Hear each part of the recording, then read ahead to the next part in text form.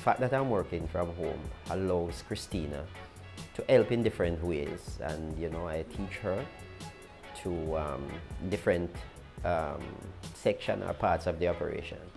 If I'm on the road and I get a call to say, look, Mr. Kelly, I've sent you an email, would you expedite?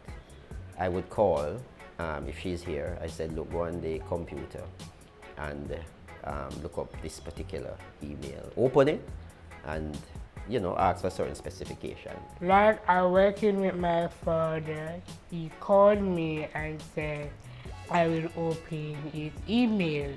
When I read the emails, like I get it from a client, so here I read it and it said 36 by 24 and you want it. And when you want the way how much copy you need, he make it. If he make it, he deliver it. 24-year-old Christina is a student of Genesis Academy, and she has Down syndrome. But this condition has not stopped her from living up to her abilities. Just take a look at all she accomplishes in her spare time as she helps her father in his reprographic business, which focuses on architectural and engineering support services. That's partly due to the assistance father and daughter have received from the Ministry of Labor and Social Security through its agency, the Jamaica Council for Persons with Disabilities. They are the beneficiaries of a Disabilities Economic Empowerment Grant. The Economic Empowerment Grant has been around since 2009, and it came out of a concern of the disability community. This Economic Empowerment Grant, as the word states, is to empower the person economically so that they can manage themselves, and their families.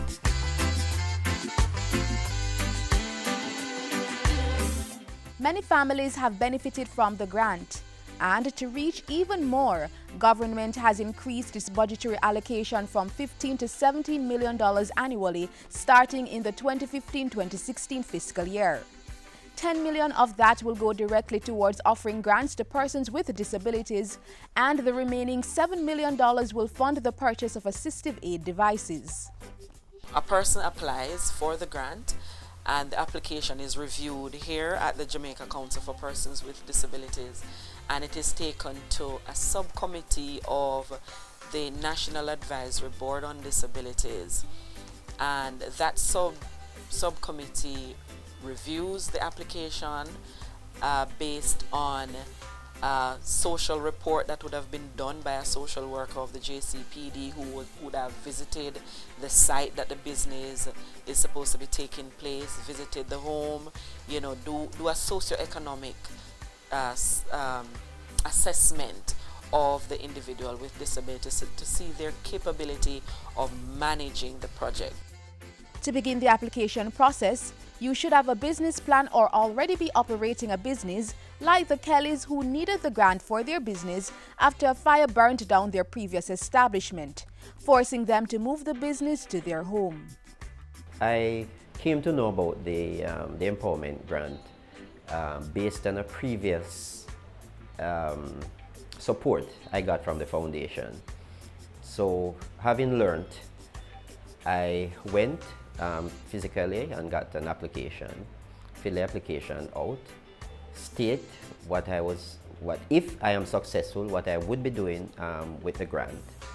And in this case, I had a piece of equipment which would assist me greatly in my operation. And it was down and needed repairs. So I made the application and was successful.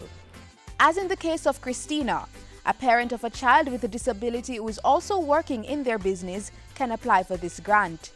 A parent can also apply on behalf of his or her child with a disability if that child is running his or her own business. For an individual, the grant funding can be as much as $150,000. Groups of persons with disabilities along with able-bodied persons may also apply, and group funding may go up to as much as $450,000. In order to apply for the grant, Here are the requirements. You have to have a disability, first of all. You have to be registered with the Jamaica Council for Persons with Disabilities. For persons doing the business, you must have a business plan. You must have your TRN, and the business owner from which you are purchasing, or the supplier from which you are purchasing, they must have their TRN also. If you're successful on your application, then you'll need to do a compulsory business training exercise, which is done in partnership with the Jamaica Business Development Corporation, JBDC. This exercise is to help approved applicants with basic money management and business management practices, as well as other skills needed in the successful execution of a business.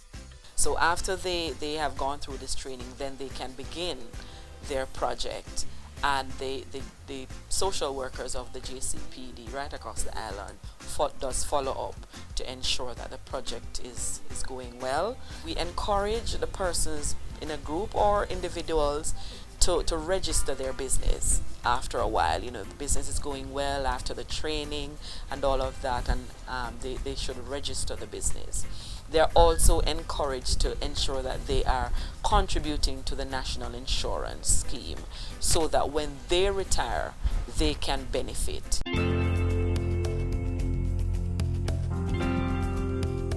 Christina, like so many other beneficiaries, has been empowered to make a meaningful contribution to society, all because of this grant. She shares some of the highs of being able to work. I love to do blueprints. Working with my dad, I feel much better than before I working with him. To get an economic empowerment grant application form, visit the nearest National Insurance Scheme NIS office across the island, or go to the Jamaica Council for Persons with Disabilities head office at 18 Ripon Road in Kingston.